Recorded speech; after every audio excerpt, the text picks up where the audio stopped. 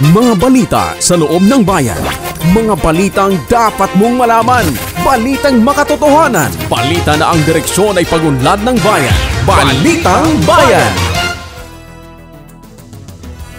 Magandang araw ng Sabado. Ngayon ay ika-13 araw ng Setyembre, taong 2025.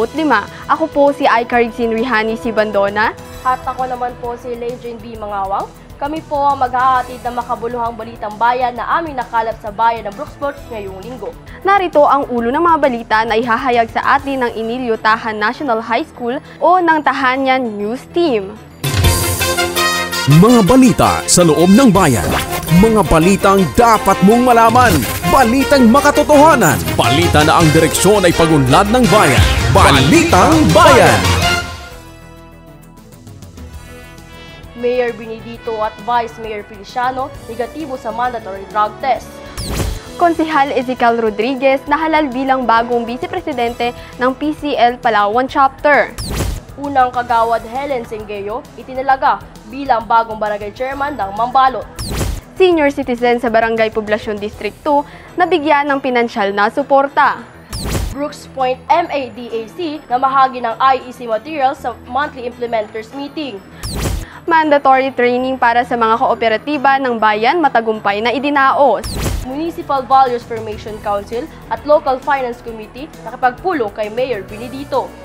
Barangay officials ng Brooks Point nagtipon para sa Annual Investment Programming o AIP 2026 Orientation. Renewal ng Livelihood Assistance Program muling isinagawa sa Brooks Point. At Department of Interior and Local Government o DILG at Local Government Unit ng Brooks Point nagsagawa ng oryentasyon para sa 2025 Local Governance Study.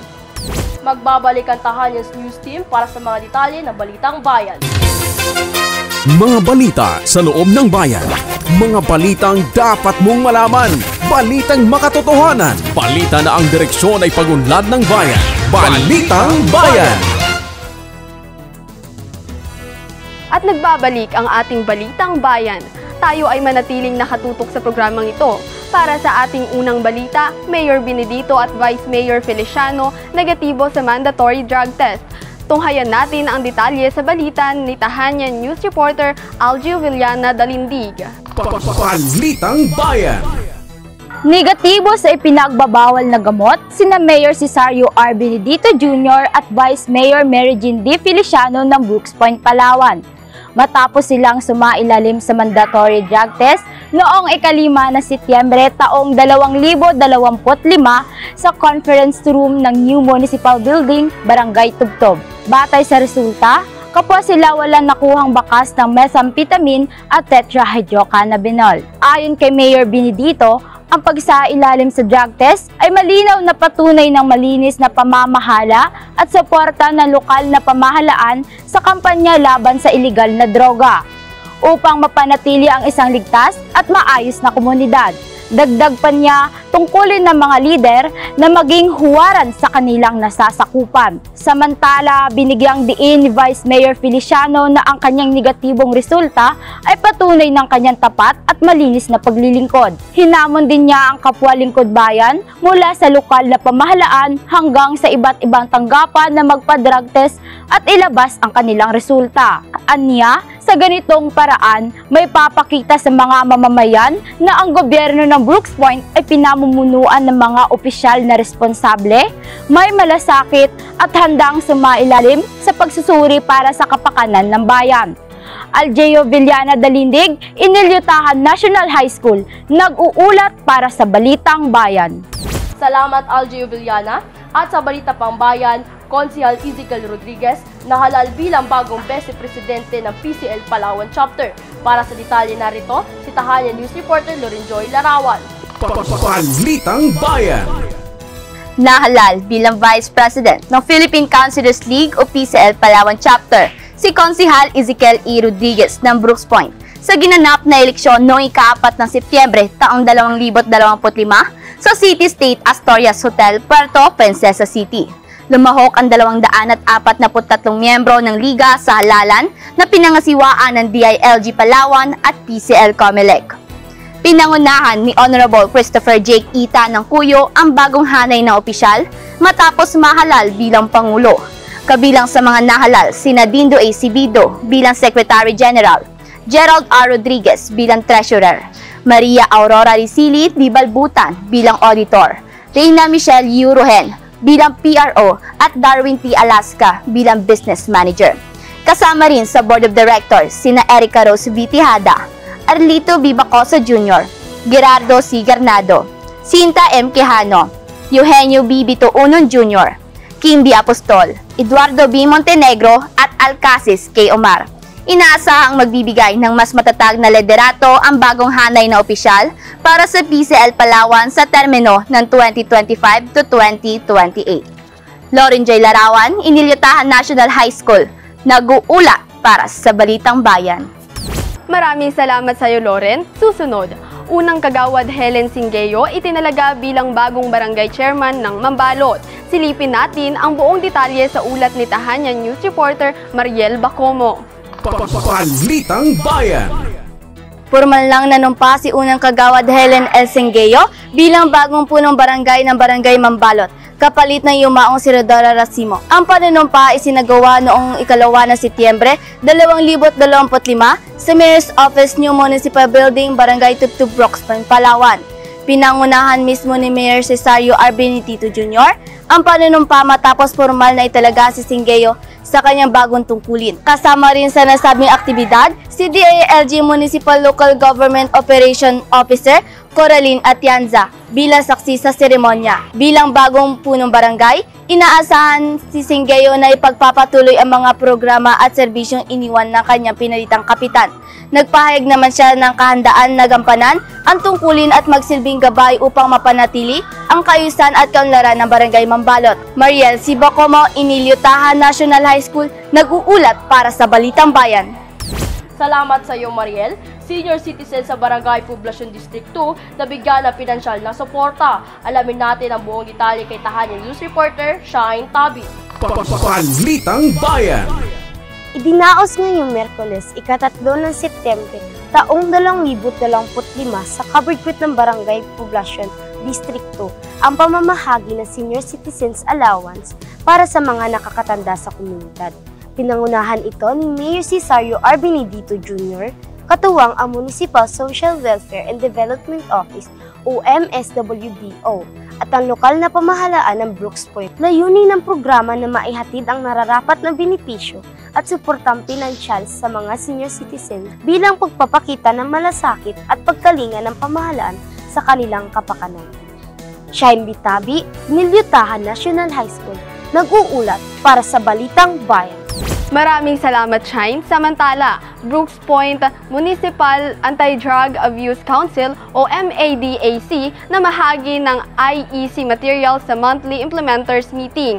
Narito ang ulat ni Tahanyan News reporter John Paul Lagrada. Balitang Bayan. Bilang bahagi ng pagpapatuloy ng kampanya laban sa paggamit ng pinagbabawal na gamot at pagpapatibay sa Community-Based Drug Rehabilitation Program o CBDRP, namahagi ang Municipal Anti-Drug Abuse Council or MADAC ng Information, Education, and Communication o IEC materials sa ginanap na monthly implementers meeting sa buwan ng Agosto. Pinasinayaan ang distribusyon ng mga IEC materials ng CBDRP focal person sa pakikipagtulungan sa MADAC na layong mas mapalawak pa ang kaalaman at kamalayan ng ating mga barangay implementers hinggil sa masamang epekto ng ipinagbabawal na gamot at ang kahalagahan ng aktibong partisipasyon ng komunidad. Sa pamamagitan ng mga IEC materials, inaasahang mas lalo pang magiging epektibo ang mga aktibidad at interbensyon ng bawat barangay tungo sa pagkakaroon ng mas ligtas, malusog at produktibong Brooks Point. John Paul Lagrada, Inilyotahan National High School, nag-uulat para sa Balitang Bayan. Salamat sa iyo, John Paul. Susunod, mandatory training para sa mga kooperatiba ng bayan, matagumpay na idinaos. Balitang hatid sa atin ni Tahanyan News reporter Aljo Villana, Dalindig. Balitang Bayan. Matagumpay na isinagawa mula ika-26 hanggang ika-30 ng Agosto, taong 2025 ang 5 araw na mandatory training of cooperative sa Brooks Point.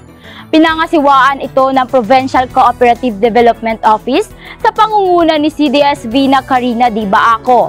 Katuwang sina CDS Amelia Panca at Municipal Cooperative Development Designate Officer Noemi Presto.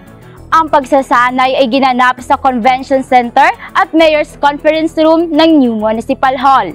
Layunin ng programa na palawakin ang kaalaman ng mga miyembro ng iba't ibang rehistradong kooperatiba sa bayan. Iba't ibang grupo ang lumahok bawat araw ng training upang higit na mapagpatibay ang kanilang pag-unawa sa papel at kahalagahan ng kooperatiba sa pagpapaunlad ng komunidad. Tinalakay sa pagsasanay ang kasaysayan ng kooperatiba at ang malaking ambag nito sa kabuhayan ng mga kasapi. Binigyang diin din ang tamang pangangasiwa ng mga negosyo upang maiwasan ang pagkalugi at mapanatiling matatag ang pinagkukunan ng kabuhayan ng bawat miyembro. Aljeo Villana Dalindig, Inilyutahan National High School, nag-uulat para sa Balitang Bayan. Maraming salamat sa iyo, Aljeo Villana. Samantala, Municipal Values Formation Council at Local Finance Committee nakipagpulong kay Mayor Benedito. Narito ang ulat sa atin ni Tahanian News reporter Lauren Joy Larawan. Balitang Bayan. Muli nakipagpulong si Mayor Cesario R. Benedito Jr. sa mga miyembro ng Municipal Values Formation Council o MVFC at Local Finance Committee nitong ika-1 ng Setyembre taong 2025 sa New Municipal Hall Lobby, Barangay Tubtob, Brooks Point, Palawan. Kaugnay ito ng inamyendahang Ordinance No. 2025 to 2026 na ipinasa ng Sangguniang Bayan noong ika-3 ng Hunyo taong 2025 para sa pagbuo ng konseho. Sa pagpupulong, muling tinalakay ng mga religious leaders at kasapi ng MVFC ang kanilang mandato na isulong ang moral, spiritual, social, political, and intellectual development ng iba't ibang sektor ng komunidad. Layon din ito na magsilbing gabay para sa mas matibay na ugnayan at pagkakaisa ng bawat institusyon. Binigyan diin ng konseho ang kanilang tungkuling palakasin ng kapayapaan, kooperasyon at pagpapaunlad ng pamantayan ng ethics in public service sa lahat ng tanggapan ng pamahalaan sa Brooks Point. Lauren J. Larawan, Inilyutahan National High School, nag-uulat para sa Balitang Bayan. Salamat sa iyo, Lauren. Barangay officials ng Brooks Point nagtipon para sa Annual Investment Programming 2026 Orientation sa ulat ni Tahanian News reporter Mariel Bacomo. Balitang Bayan. Idinaos ngayong Merkules, ika-3 ng Setyembre 2025, ang Orientation on the Barangay Annual Investment Programming AIP for Calendar Year 2026 sa Convention Center, Barangay Poblacion District 2, Brooks Point, Palawan. Dinaluhan ang aktibidad ni Mayor Cesario R. Benedito Jr.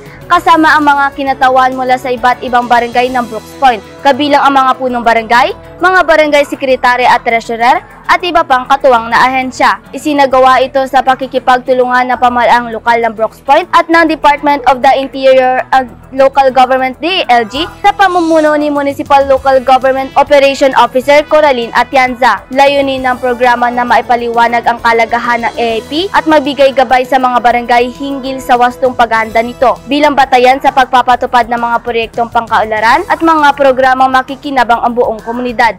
Mariel C. Bacomo, Inilyutahan National High School, nag-uulat para sa Balitang Bayan. Maraming salamat, Mariel. Samantala, renewal ng Livelihood Assistance Program muling isinagawa sa Brooks Point. Narito ang ulat ni Tahanian News reporter Shine Tabi. Balitang Bayan. Idinaos sa municipal lobby ng New Municipal Building, Barangay Tubtub, Brooks Point, ang renewal ng Livelihood Assistance Program para sa 13 beneficiary mula sa iba't ibang batch. Pinangunahan ang aktibidad ng Municipal Cooperative Development Office Designate Noemi Presto, kasama si Mayor Cesario R. Benedito Jr., katuwang ang lokal na pamahalaan, bilang bahagi ng pagpapatuloy na suporta sa mga mamamayan na kabilang sa nasabing programa. Layunin ng programa na mapalakas ang kakayahan ng mga benepisyaryo sa pagpapaunlad ng kanilang kabuhayan at magsilbing tulay tungo sa mas matatag na pamumuhay para sa kanilang pamilya. Sa pamamagitan ng renewal, muling napagkaloob ang kinakailangang tulong pangkabuhayan upang matiyak ang pagpapatuloy at paglago ng mga nagsimulang proyekto ng bawat benepisyaryo. Shine Ditapi, Inilyutahan National High School, nag-uulat para sa Balitang Bayan. Salamat sa iyo, Shine, at Department of Interior Local Government o DLLG at Local Government Unit ng Brooks Point nagsagawa ng oryentasyon para sa 2025 Local Governance Study. Balitang hatid sa atin ni Tahanan News Reporter John Paul Lagrada. Balitang Bayan. Isinagawa ng lokal na pamahalaan ng Brooks Point, katuwang ang Department of Interior and Local Government o DILG. Ang Municipal Orientation on Calendar Year 2025 Mimaropa Local Governance Landscape Study bilang paghahanda sa nakatakdang data gathering nitong Martes, 2 ng Setyembre, taong 2025 sa conference room ng New Municipal Building, Barangay Tubtob, Brooks Point, Palawan. Pinangunahan ni DILG Municipal Local Government Operation Officer Coraline Atienza ang nasabing orientasyon. Kasama si Batarasa DILG Municipal Local Government Operation Officer Benedict Palatino. Pinahagi nila ang mahalagang indicators na isinasama ng DILG sa pagsusuri para sa calendar year 2025 Mimaropa Local Governance Landscape Study na nakatuon sa social, economic at environmental development sectors. Sa kanyang mensahe, pinasigla ni Mayor Cesario R. Benedito Jr. ang mga kawani na lokal na pamahalaan upang patuloy na magtulungan at magsikap nang sa gayon ay muling makamit ng Brooks Point ang kinikilalang karangalan sa larangan ng mahusay na pamamahala. John Paul Lagrada, Inilyutahan National High School, nag-uulat para sa Balitang Bayan. Maraming salamat, John Paul. Manatiling nakatutok sa pakikinig at panonood ng ating programang Impormasyon ng Bayan para sa lahat. Susunod sa ating programa ang Talakayang Bayan. Ako po si Icarisin Rihani C. Bandona. At ako naman po si Elaine Jane B. Mangawang. Kami po muli ang Inilyutahan National High School o ang Tahanan News Reporter na naghatid ng Balitang Bayan. Mapagpalang araw sa lahat, bayan ng Brooks Point! Mga balita sa loob ng bayan. Mga balitang dapat mong malaman. Balitang makatotohanan. Balita na ang direksyon ay pagunlad ng bayan. Balitang Bayan!